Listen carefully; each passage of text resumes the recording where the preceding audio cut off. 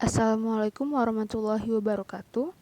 Hari ini saya akan membahas tentang konsep HAM di dalam Islam. Sebelum itu, perkenalkan nama saya Nur Kulbi Fatia Abadi. Saya dari kelas Hubungan Internasional C dengan NIM 151200084. Apa itu HAM? Hak asasi manusia adalah sebuah konsep hukum dan normatif yang menyatakan bahwa manusia memiliki hak yang melekat pada dirinya, karena ia adalah seorang manusia. Hak asasi manusia berlaku kapanpun, dimanapun, dan kepada siapapun, sehingga sifatnya universal. HAM pada prinsipnya tidak dapat dicabut. HAM dalam Al-Quran.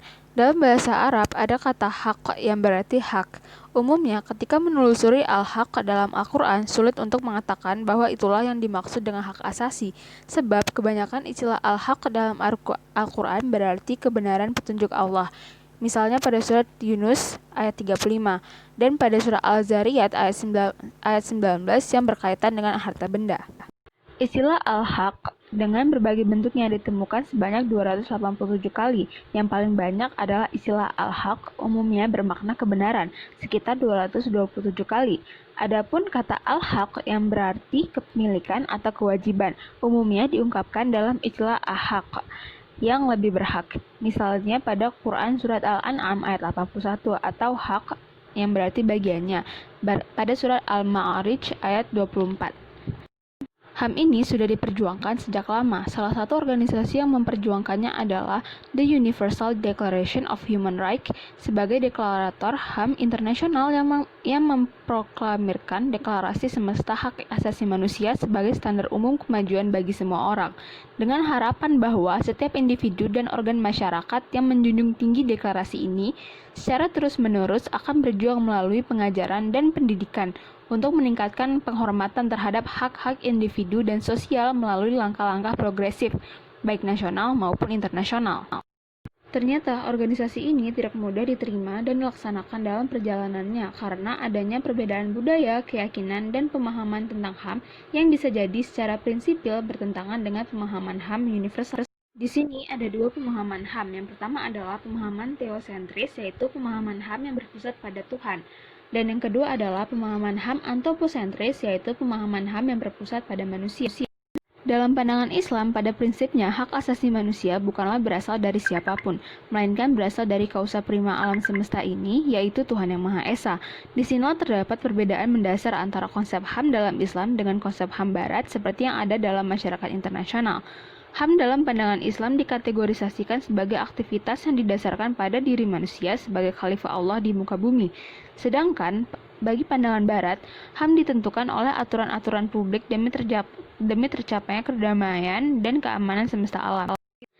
Selain itu, perbedaan juga terdapat dalam cara memandang HAM itu sendiri. Islam, menurut pandangan yang sifatnya teosentris, mengandung aspek ketuhanan dan manusia hidup dimaksudkan untuk mengabdi kepada Tuhan.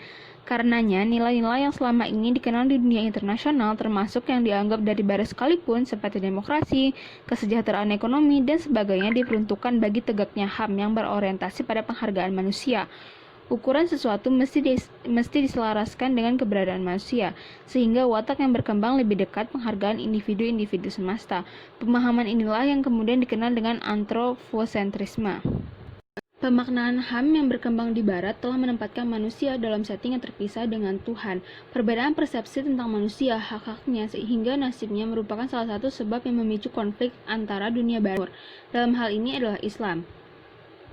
Dari paparan tersebut sangat jelas perbedaan antara pemahaman Barat yang dilatar belakangi oleh sekularisme dengan pemahaman Islam yang menjunjung tinggi nilai-nilai ketuhanan. HAM di Barat hanya dipertanggungjawabkan pada sesama manusia, sedangkan HAM dalam Islam dipertanggungjawabkan kepada manusia dan kepada Tuhan.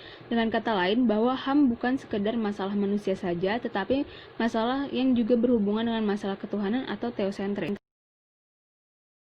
Islam membicarakan tentang HAM merupakan pemberian dari pencipta karena manusia diberikan keistimewaan dan kemuliaan. Hal ini dapat dilihat di surat Al-Isra ayat 70 yang artinya, "Dan sungguh kami telah memuliakan anak cucu Adam, dan kami angkut mereka di darat dan di laut, dan kami beri mereka rezeki dari yang baik-baik, dan kami lebihkan mereka di atas banyak makhluk yang kami ciptakan dengan kelebihan yang sempurna." Untuk mewujudkan risalah tersebut, Islam menanamkan teologi monoteisme. Teologi ini mampu memberikan inspirasi dan inovasi jauh ke depan bagi terwujudnya rahmat li al-alamin. Sebab pengakuan atas teologi monoteisme berarti juga mengakukan sikap independensi dengan menegaskan bahwa segala bentuk kekuasaan adalah milik Allah. Dari sinilah sistem perbudakan dihancurkan, otoritarianisme penguasa dibasmi, serta absolutisme raja dipangkas. Untuk mengelaborasikan teori pembebasan tersebut, Rasulullah membangun suatu komunitas masyarakat baru yang ada di bawah payung Piagam Madinah.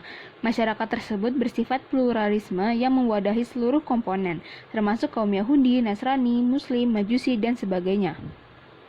Demikian pula dalam dakwah Nabi Muhammad yang ditutup dengan pesan yang disampaikan pada khutbah Haji Wada dengan menegaskan bahwa belum sempurna keislaman seseorang jika dalam kehidupannya tidak menghormati dan menjunjung harkat dan martabat manusia, baik laki-laki maupun perempuan.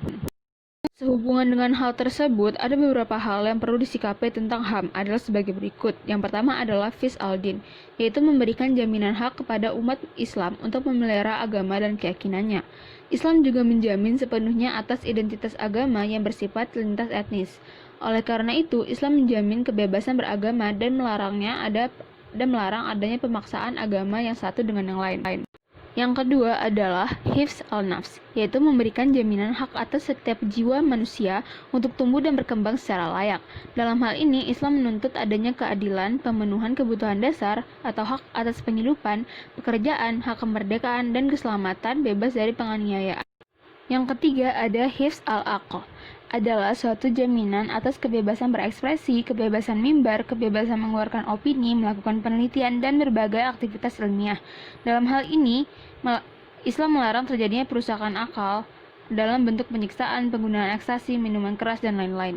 Yang keempat ada hifz al-nas, yaitu jaminan atas kehidupan privasi setiap individu, perlindungan atas profesi, jaminan masa depan keturunan, dan generasi penerus yang lebih baik dan berkualitas. Karena itu, free sex, zina, homoseksual menurut syara adalah perbuatan yang dilarang karena bertentangan dengan hifz al-nas. Lalu yang terakhir ada hifz al-mal, ialah sebagai jaminan atas kepemilikan harta benda, properti, dan lain-lain. Larangan adanya tindakan mengambil harta orang lain, mencuri, korupsi, monopoli, dan lain-lain. Akhirnya kita sampai kepada kesimpulan. Kesimpulan dari presentasi ini adalah yang pertama, HAM merupakan fitrah manusia yang diberikan oleh pencipta. Oleh karenanya, harkat dan martabat manusia harus dilindungi baik sebagai individu, makhluk sosial maupun sebagai hamba dan khalifah Tuhan. Pelanggaran dan penindasan terhadap manusia merupakan kejahatan universal terhadap nilai-nilai kemanusiaan. Yang kedua, hak asasi manusia dalam pemahaman HAM hasil Deklarasi Internasional dalam Pernyataan Semesta Hak Asasi Manusia tahun 1948 hanya didasarkan pada nilai-nilai kemanusiaan yang berpusat pada manusia, atau yang disebut dengan antroposentris, sehingga pertanggungjawabannya hanya kepada manusia, karena HAM ditempatkan pada setting yang terpisah dengan Tuhan. Sedangkan HAM dalam perspektif Islam didasarkan pada nilai-nilai ketuhanan atau teosentris dan antroposentris sekaligus sehingga dipertanggungjawabkan kepada Tuhan dan kepada manusia. Sekian presentasi dari saya. Mohon maaf apabila ada kesalahan. Wassalamualaikum warahmatullahi wabarakatuh.